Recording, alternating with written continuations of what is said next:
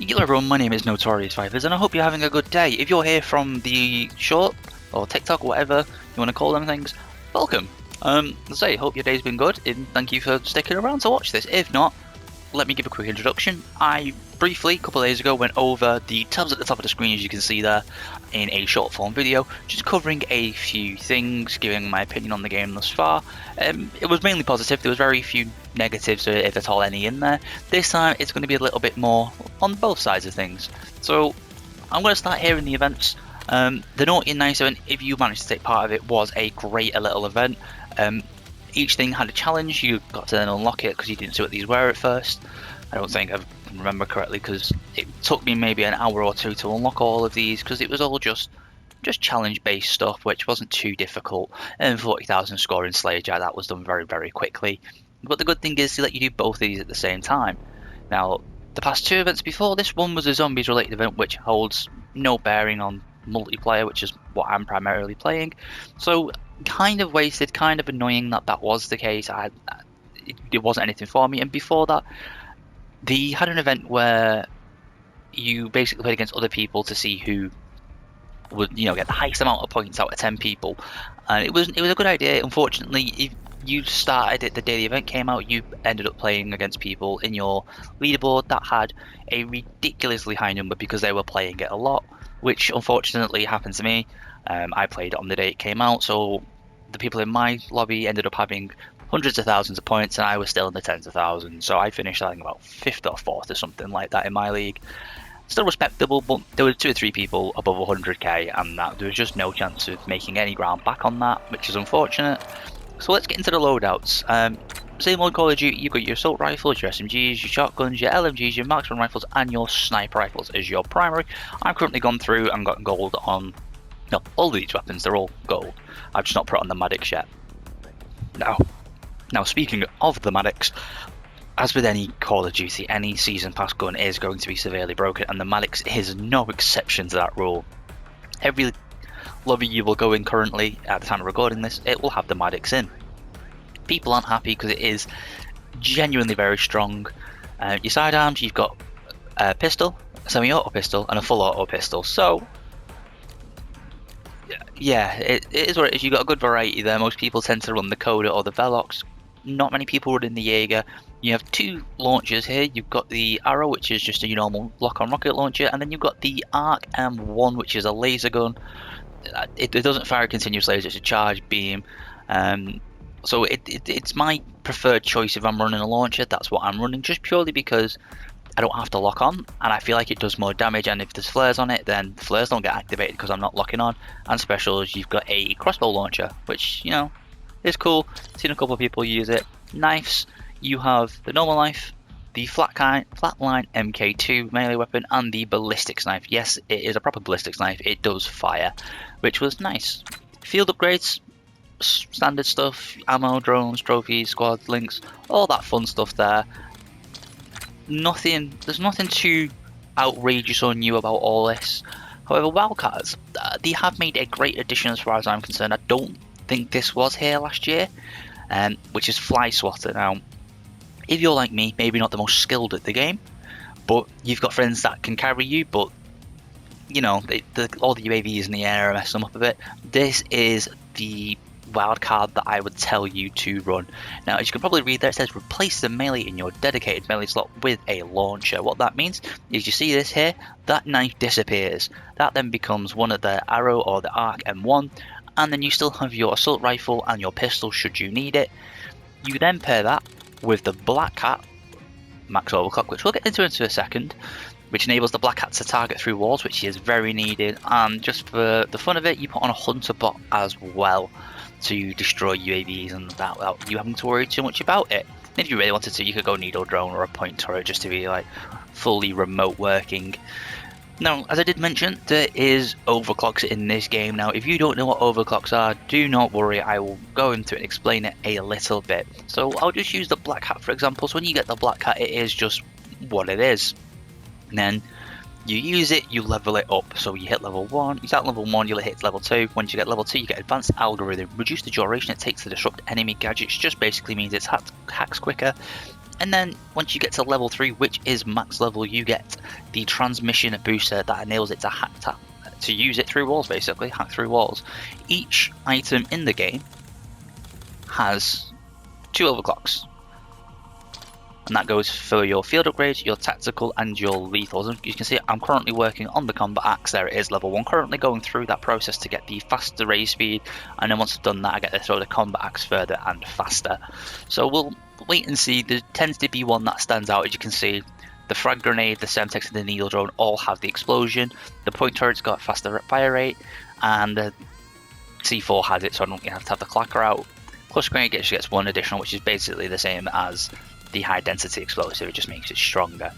That being said, here we come into the sort of the main first issue I have with this, is that stim shot. For me, I have used this quite a bit. It's pretty much been on my class since I hit level 21, non-prestige. Obviously, unless I was doing the other thingies, which didn't take long, the stim shot's been on my class, and I've only just gone past level 2. That's not because it takes ages, because mine's not tracking, or I'm not doing the right thing, but I don't know what it is I need to do, because it's not tracking. And I'd like to say that's a unique issue, but it's not. The Scout Pulse took me 6 or 7 procedures to get it to max level, because once I got it to level 2, it stopped progressing for the longest time, and I couldn't figure out why. Now this isn't the only time this has happened. So I was watching a YouTube video by a YouTuber called Muzmy, absolute great guy. He's just on his camo challenge series, recommend you go check it out. And he had the same issue with one of his guns. He needed to get kills without any attachments on. And for 2 or 3 games, he ran the gun, 0 attachments. It wasn't tracking, and that's because he had a camo on the gun. For me, it was the same here on my Scout Pulse. I had the Dispatcher on, which meant it was just a lower cost to use, and therefore it wasn't tracking any usage. I took it off, and within a handful of games I managed to get it to that max level, which is what it's at now. Score streaks in this game are very good. They're quite easy to get as long as you're playing objective and are semi-decent at the game. I'm currently working on the overclocks for the Hellstorm and the hand cannon at the moment. There is a few there that have the Dispatch, which is the lower score cost, which is fantastic. As you can see there, it's 100 points cheaper, so that's 1 less kill essentially. And obviously you've got a good variety there, and as I said in the short version, they are still being added as time goes on, so that's nice to see. What are you doing, Call of Duty? It knows I was saying stuff about it, so now it's having a little moment. Come on. There we go. It's fixed itself. So obviously you have on the left hand side of your screen, you can see your daily challenges, the current event that's running, the weekly challenges, which I'm going to get into for a second, your battle pass, your camos, which you can pin so you can see which ones are coming up next. So for instance, you can see here I'm working on the arc lights, that's the main thing I'm doing, and then you've got calling cards that you can track, so that's pretty nice. It keeps things there easily viewable, which I'm a huge fan of, I'm not going to lie. Let's talk about these weekly challenges though. Obviously, as you can see, I'm currently in week 5 with 2 days left out. We'll be on week 6 most likely by the time this video comes out. I really like this idea of what they've done. I think this is a brilliant way to add content into the game for people who are playing it. And maybe they're not playing it, like, maybe they'll miss a week, maybe they're going on holiday, maybe they're busy. This is a good way for people to not miss out on this. And it's not just for multiplayer. You can see we've got co-op and endgame, multiplayer, zombies, and Warzone. Each one has their own dedicated 6 challenges. So for the first week we've got the ballistic knife. The second week we've got the most cursed thing that's ever graced Call of Duty in recent years, which is the Akita Scorch Sling Akimbo. 100 rounds, 2 Akitas, 100 rounds each by the way, with an overheat feature. And then people just put Dragon Breath on it, run round, and hold the fire buttons down, and there's nothing you can do there in the game. Week 3 was the Deadeye drone. As I said, there's the new score streak coming into play. You get it through challenges. Here's where we run into the problem though. Week 4, the Redwell Shade Exopressor. As you can see, I have got it, but one of the challenges isn't completed. That's not a glitch. I mean, it is, but not for the reasons that you can say. This objective hasn't been tracking now for just under 2 weeks. As soon as week 6 unlocks and that's still not tracking, that's it. It will have been 2 weeks and there's been nothing to fix this issue. I have played nothing but Hardpoint and Kill Confirm Domination since the game has come out. And recently I've dropped Kill Confirm to try and get these. It doesn't progress. There is nothing you can do to make it progress. So I've had to play zombies. And by play zombies I mean I've had to install zombies to play zombies to get one of these. Which I'm not too particularly happy with, and I'm not the biggest fan of. It's a terrible attachment, however, I just want the Season 1 rewards for doing all the weekly challenges, because it's just something nice to play for, and obviously now we're currently in week 5, I've just got to get 2 more kills with score streaks, and then I'm done with that. But I like this, I think it's a great little addition to the game, if it works. But as I say, like, it's a good thing, it just needs fixing, and the fact it's not been addressed in nearly 2 weeks really upsets me, and a lot of the community, because a lot of people don't want to have to go onto zombies to do this challenge, they just want to play multiplayer, and I can't say I blame them for it. Now, my biggest gripe with this game is something that's slowly becoming worse, and that's the maps. Now you might be thinking, what do you mean, what's wrong with the maps? So when the game launched, we had loads of maps that I wasn't particularly happy with most of them, but I've grown to like some of them. Homestead, I still don't like Homestead, I think it's a terrible map. But if we just go through the list, I'll very quickly point some out. Den, absolutely love them by the way. Express, classic map. Fate, absolutely terrible map, one of the worst maps in my opinion in recent COD years. Flagship, okay map. Green screen is a multiplayer one. For private matches, it's literally just a green screen, which I think is actually incredible. Hijacked, that's familiar. Nuketown, I'm not gonna lie, after about 10 years of Nuketown, I'm done with it. You can yabba dabba do one. Raid. So obviously Slayjack because it's Christmas. Standoff. And I really like Utopia. As you notice there was 3 or 4 Black Ops 2, Black Ops 3 maps, and maybe even Black Ops original Black Ops. They're really leaning into that nostalgia and getting everyone to be like, oh, I remember playing Black Ops. I remember this map from Black Ops. Which it's great, but we want new maps, and if the maps you're going to deliver aren't particularly great, then stop trying to rely on the fact that people really enjoyed the old maps and being like, that's what you want. Remaster them, cool, bring 1 back a season or something, I don't know. But I think 3 has been confirmed, 3 remastered maps for Season 2, which, cool, fantastic. I don't care. I don't want to play old maps, I want new maps. I've played them maps for several years now because they constantly get brought back. It's not a new thing, it's an old thing that they just keep rehashing, which is just getting irritating at this point. Now, what I will say is, obviously, I've completed the Battle Pass there, I just wanted to confirm that to you. I'm on 1400 COD points, I'm pretty sure I had 1100. At least when you do the Battle Pass, if you complete it, you get all your Battle Pass points back again, your COD points come back to you, and everything is all hunky-dory. For me, I think this is an incredible thing, and it's something that certainly needs to continue with it, because it's a reward for actually completing it. Obviously, if you buy the Battle Pass, you get a 10% Battle Pass XP boost, which I think is just continuous regardless, and it just does help you level up that final point. Yeah, you get 1100 COD points back, you get everything back for it, which I like. You get 11 operators, 26 blueprints and weapons, which comes out to 119 total rewards.